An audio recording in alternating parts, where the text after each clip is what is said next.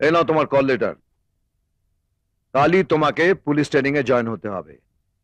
কাল সকাল 8টায় ট্রেন। এই নাও টিকিট। না দাদা, আমি যাব না।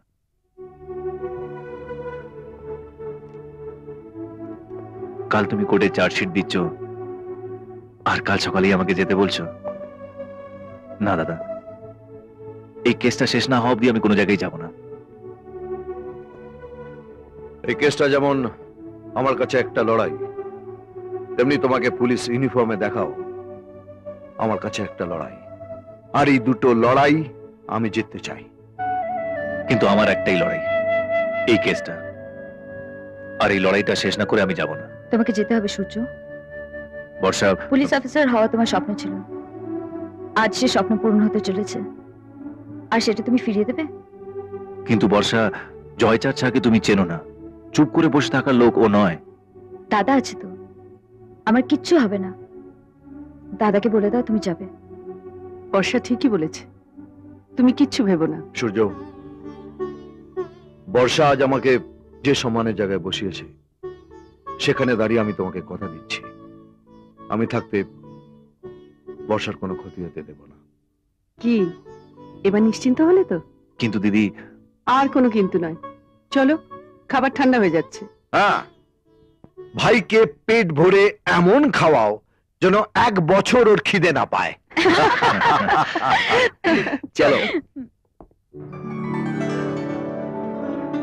এই যাওয়ার সময় একটা প্রণাম করলাম, ফিরে এসে আবার একটা প্রণাম করবো, ঠিক এই জায়গাটাই দাঁড়িয়ে, যখন আমি একটা পুলিশ অফিসারে ফিরবো। আর সেদিন আমি সব কাজ ফেলে তোকে রিসিভ করতে আসবো। আরে দিদি, এই থাক থাক থাক, খুব মন দিয়ে ট্রেনিং করবে, তোমার দাদার মতো বড় অফিসার হতে হবে। আচ্ছা। এই যা, কি একটা যেন বলতে ভুলে গেলাম। ধারা নম্বর 201, romance in full day light. সেটা আবার কি? মানে প্রকাশ্যে প্রেম, ওদের একটু সুযোগ দাও। এইটাই বলতে ভুলে গেছিলাম। চলো।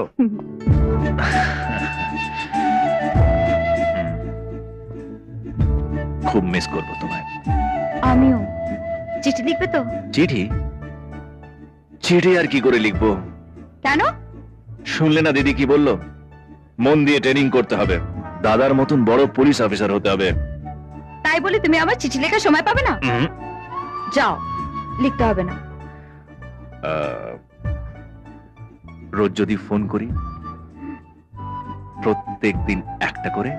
হ্যাঁ, শুধু ফোন করলেই হবে না, চিঠিও লিখতে হবে। ফোন রেখে দিলেই তো কথা শেষ। চিঠি লিখলেও তবুও অনেকবার করে পড়তে পারবো, আর যতবার পড়বো তোমার কথাই মনে পড়বে। তাই তাই তাই তাই যাই, ট্রেনের হুইসেল দিয়ে দিচ্ছে। যাই বলতে নেই, বলো আসি। আসি। এসো। Bye bye bye bye.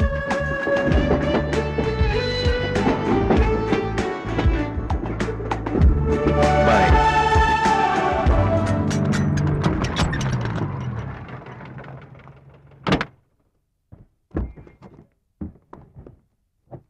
কত হলো? 80 টাকা। এই নিন। সূর্য, সূর্য, চ চ চ। কি অশোকদা, কেমন আছো? ওয়েলকাম আরে, ওয়েলকাম। কতদিন পর তোকে দেখছি। পালস, ব্লাড প্রেশার সব ঠিক আছে? সব ঠিক আছে ঠিক আছে। আগে তোরা বল, কেমন আছিস? বিন্দাস। যেখানে ছিলাম ফুল স্টপের মতো সেখানেই পড়ে আছি। চল চল থেকে চল, আর চাঁদা তুলে সবাই মিলে তোকে চা খাও। না রে, এখন খাবো না, আগে থানায় গিয়ে রিপোর্টিং করে আসি। আর জানিস এই থানাতেই ডিউটি পড়েছে, পরে তোদের সঙ্গে দেখা হবে সন্ধ্যেবেলা। হ্যাঁ, সন্ধ্যাবেলা চা হবে না কিন্তু।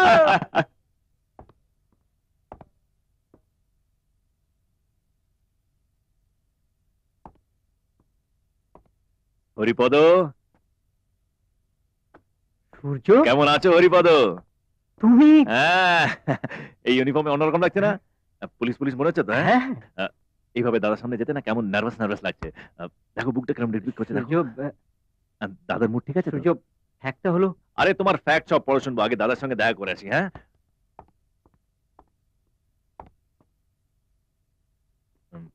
দেখো দাদা, তুমি যেভাবে আমাকে দেখতে চেয়েছিলে ঠিক সেইভাবেই তোমার সামনে এসে দাঁড়িয়েছি।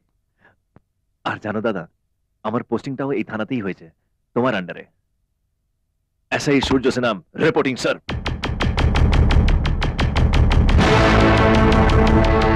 আমি তোমার জন্যই ওয়েট করছিলাম। ডিএসপি প্রধান। Hello sir. স্যার দাদা কি? দাদা? কে দাদা? অগ্নিশ্বর রায়। ও স্যার ও কি ট্রান্সফার হয়ে গেছে? না, তাহলে? অগ্নিশ্বর রায় একজন খুনি।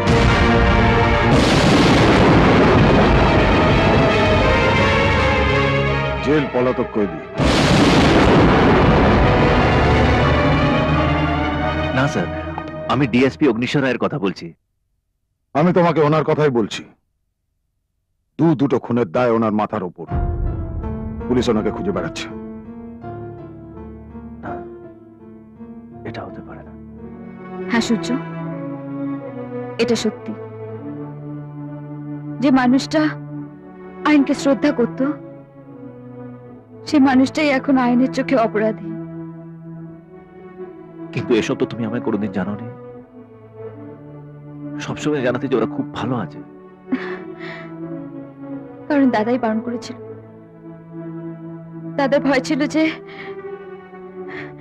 তুমি যদি সত্যিটা জানতে পারো, তাহলে তুমি আর ওখানে থাকবে না, চলে আসবে।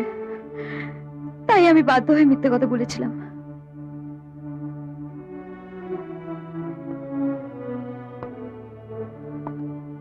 কি হয়েছিল কি? সেটা তুমি দাদার কাছ থেকে শুনো। কিন্তু দাদাকে বাবু কোথায়? সে তো জেল পলাতক আসামি। পুলিশ তাকে খুঁজছে। দাদা খবর পাঠিয়েছে, আজ বিকেলেই তোমার সঙ্গে দেখা করবে। দাদা জানে আমি এসেছি? দাদা আমার কাছ থেকে তোমার সব খবরই নিত। তুমি কেমন আছো, তোমার ট্রেনিং কেমন চলছে, তুমি কবে ফিরবে, সব। দাদা কোথায়?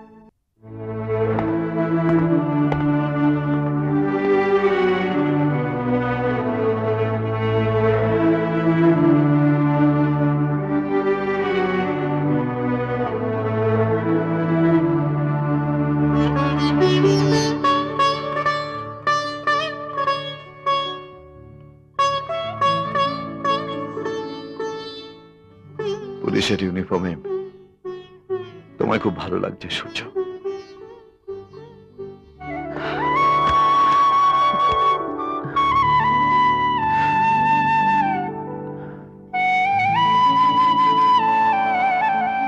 আজ তোমাকে দেখে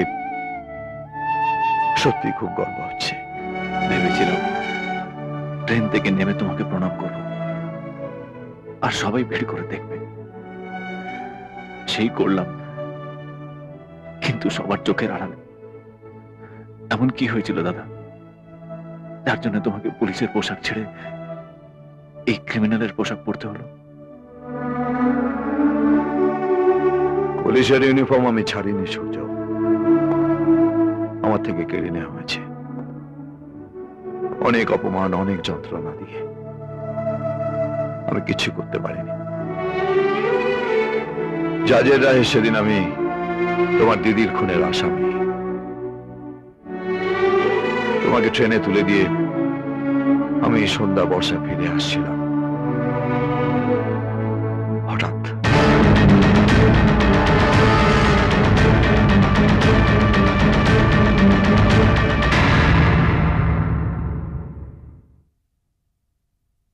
ডক্টর, ও কেমন আছে? অপারেশন সাকসেসফুল, কিন্তু এখনো ঠিক কিছু বলা যাচ্ছে না। আমরা ওনার সঙ্গে কথা বলতে পারি? একদম না। ওনাকে একটু নিশ্চিন্তে থাকতে দিন তো, আর ঈশ্বরের কাছে প্রার্থনা করুন যাতে উনি তাড়াতাড়ি সুস্থ হয়ে ওঠেন। দেখুন, ডিএসপি অগ্নিশ্বর রায়ের মতো একজন মানুষের বেঁচে থাকাটা আমাদের পক্ষে খুব দরকারি বলে জানবেন। কিন্তু সবাই তো বলছে এর জন্য আপনি দায়ী। ডিএসপি অগ্নিশ্বর রায় যাতে আপনার ভাইয়ের বিরুদ্ধে চার্জশিট জমা না দেন, তার জন্য নাকি আপনি তাকে সরিয়ে দিতে চেয়েছিলেন? দেখুন, আমি সৎভাবে রাজনীতি করি। মানুষের স্বপ্ন, মানুষের আশাকে কেড়ে নেওয়া, তাকে মেরে ফেলা তো আমার কাজ নয়। আর ডিএসপি অগ্নিশ্বর রায়ের মতো একজন মানুষকে আমি সবসময় সেলাম করি বলে জানবেন। এক্সকিউজ মি, আমি একবার ডিএসপির সঙ্গে দেখা করতে চাই। জাস্ট একটু শুভেচ্ছা জানিয়ে চলে আসবো। শিওর। নমস্কার। চিন্তা করবেন না, আমি আছি।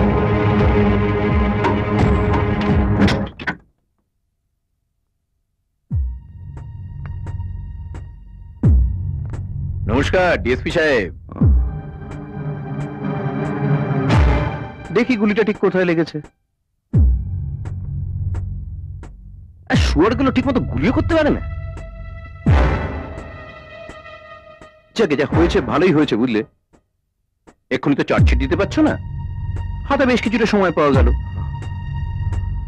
তোমাকে তাড়িয়ে তাড়িয়ে মারতে পারবো আমি। গাছ কাটা দেখেছো?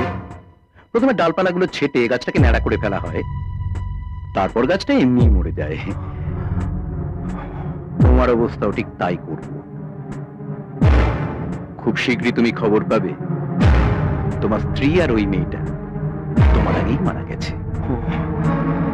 খুব খারাপ ভাবে মারবো আমি ওদের, যাতে এখানে শুয়েও তুমি ওদের মারা যাওয়ার যন্ত্রণাটা টের পাও। উঠো না, উঠো না, তোমার লাগবে। Doctor, sister. ইয়েস। খুব যন্ত্রণা হচ্ছে বোধহয়, একটা ইঞ্জেকশন টিঞ্জেকশন দিয়ে ঘুম পাড়িয়ে রাখুন না। Sister, injection ready.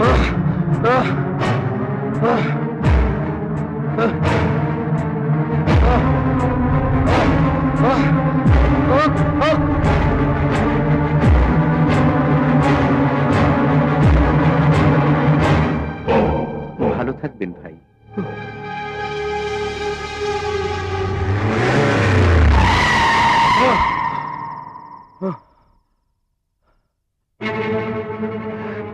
বর্ষা, হ্যাঁ দাদা, সন্ধ্যা কোথায়?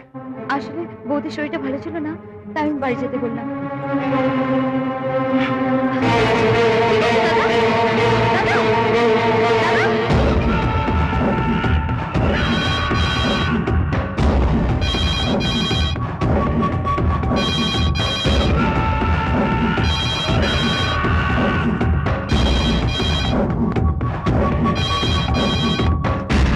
হ্যালো, সন্ধ্যা, সন্ধ্যা, আমি না আসা পর্যন্ত তুমি দরজা খুলবে না। কি কি বলছো? আমি না আসা পর্যন্ত তুমি দরজা খুলবে না। আমি কিছু শুনতে পাচ্ছি না।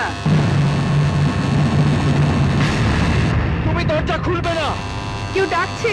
যে কেউ ডাকুক, তুমি দরজা খুলবে না। আমি কিছু শুনতে পাচ্ছি না, তুমি একটু ধরো। সন্ধ্যা, সন্ধ্যা, তুমি দরজা খুলবে না। আমি বলছি তুমি দরজা খুলবে না। সন্ধ্যা,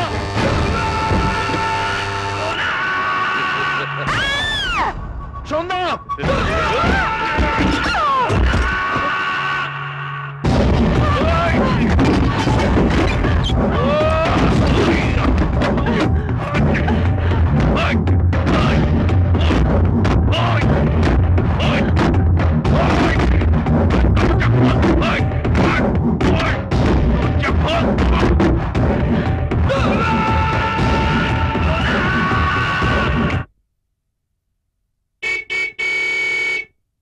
তোমার বর এসে গেছে। আজকের মতো বেঁচে গেলে কাল আবার আসবো।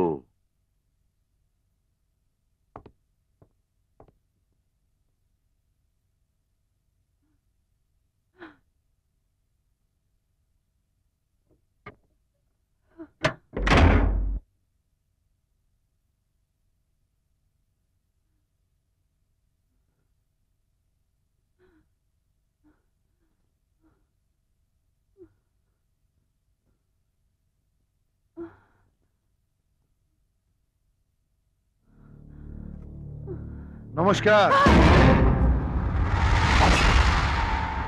রঞ্জিত সাহা।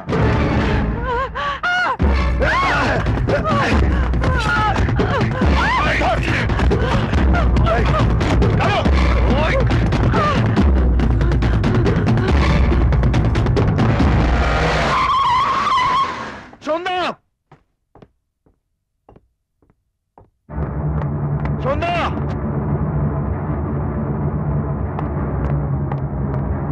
সন্ধ্যা,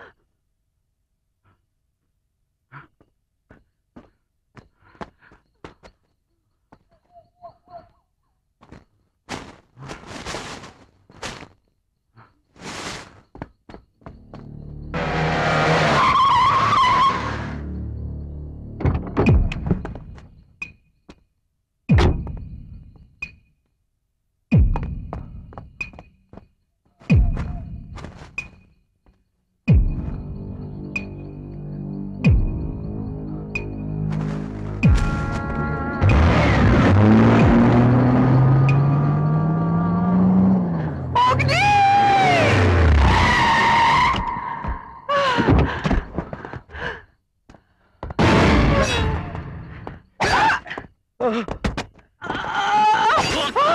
সন্ধ্যা,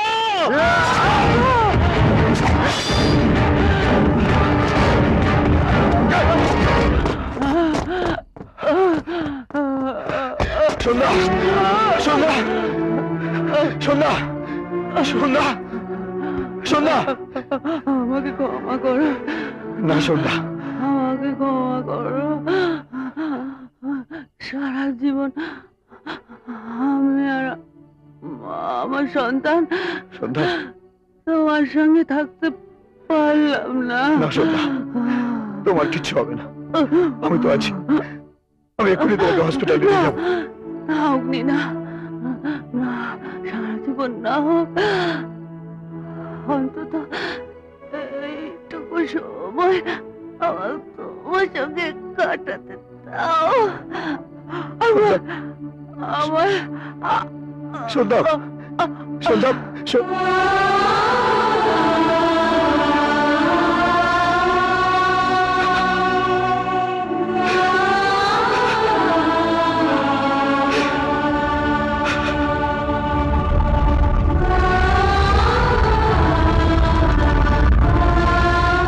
আমার এই চাকরি আমাকে তোমার কাছে শত্রু করে ফেলেছে। কখনো না, তোমার এই চাকরি তোমাকে আমার গর্বের জায়গায় বসিয়েছে। তোমার চাকরি, আমি আর আমার সন্তান, তিনজনই তোমার মধ্যে জায়গা করে নেব।